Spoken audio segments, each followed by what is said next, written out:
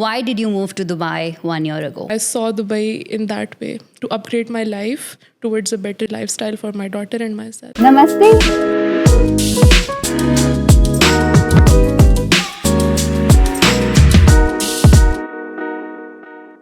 Welcome to Women of Wonder by Reema Mahajan, or Wow Woman as we lovingly call it. This is our initiative to bring to you stories of empowered and ambitious women so that we can all take inspiration from them. Today, we bring to you a tale of extraordinary courage and resilience. We bring to you the story of a woman who fought for her dignity against societal expectations. She's none other than Shumaila Khan Niazi. Welcome to the show, Shumaila. Lovely to have you here. Thank you so much for having me. Shumaila, I'm going to start with a very brutal question in the very beginning. Why did you move to Dubai 1 year ago? Okay, you're taking me back in time now. So, I was going through a lot in my personal life, I'll be very honest. I was going through a divorce, okay, and there were a lot of court cases happening. So, in the middle of it, somehow I decided I want to get out of that mess. And rather than wasting my money on all the lawyers, all the court cases, and all those things, I just want to spend that money on my daughter and my lifestyle over here and just an upgrade. So I saw Dubai in that way to upgrade my life towards a better lifestyle for my daughter and myself. You moved to Dubai for freedom, right? Yeah. And why did you want that freedom? Oh my God. It's gonna be fun now. So there were a lot of things happening. I have no idea how to even start it and from what point I should start it. There were like societal barriers, you can say. There were problems with my family. There were problems from my ex. And I was having a hard time finding the right mindset to raise my daughter. Okay. And I wanted to focus on her upbringing more than anything else.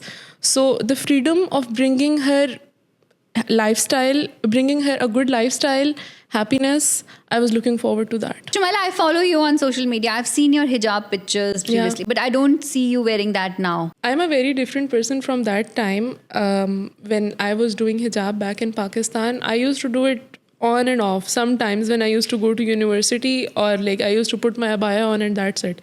Like no need to get ready and all those things.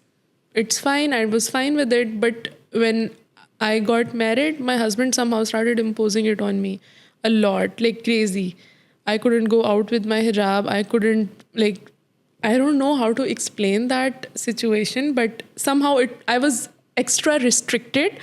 I was not allowed to go out without my hijab. And I was naive, so I was fine with it. It's fine. I mean, he's nice to me in the beginning. He's nice to me. Okay, fine. If he wants it, I'll do it for him. So it was not for God. And I think it is something that you're supposed to do for God, not for any human being. And it is a religious thing. It should be loved and respected and cherished and not by force. You can't force anyone to do it. So eventually I realized there's nothing in this marriage that I'm so much focused on. So if I'm not getting anything out of it, why should I do something that should be done purely for God, not for a human being? UAE is the land of opportunities, right? It So is. tell us about your business today, Shumaila. What are you up to? What is happening today? I think we've told everybody your story of struggle and strength. But I want to finish this episode on a very positive note that there is hope.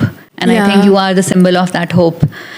So tell us what you are up to today and how people can reach out to you. So I started my business last year. I got it registered and everything. And through the circle that I had here in UAE, I got a few good clients and, that led to word of mouth and all those things. And I didn't expect it to be, happening. Honestly, I was like, wow, like this can also happen. And especially the difference of currency. Like if you're making money in PKR, it's different. It's way less. Okay. And if you're making money in dirhams, it's crazy. And then now in dollars, it's even crazier. Okay. So in 1 year, my life has changed upside down. Like honestly. On a positive note. On a positive note, very positive. Like the step that I took, it led to this. I would take it again, honestly, at this point. And not only money wise, trust me, it's about the mental peace that I have. I've been in therapy for 3 years. Like, I couldn't think straight because of the abuse that I went through. Yes. I was not even talking to anyone, not my friends, not my family, nobody.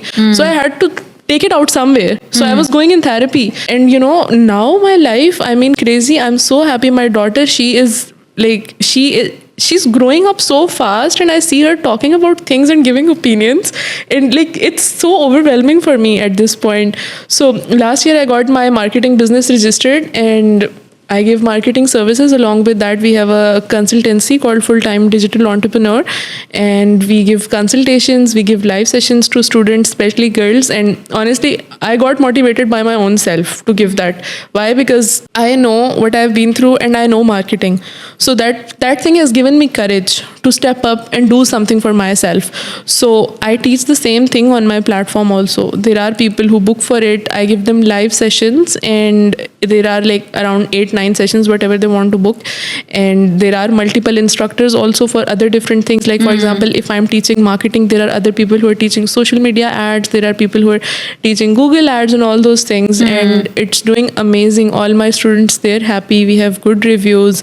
My main focus is giving marketing services to companies, and that I do mainly. For the lectures and all those things, I have trained people for like 6 months, and now they're giving the lectures and people are changing their lives.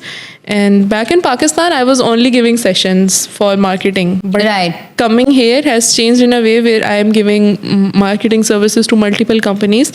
And I had a clothing business back in Pakistan that I'm reviving now again over here. I'm launching my first collection very, very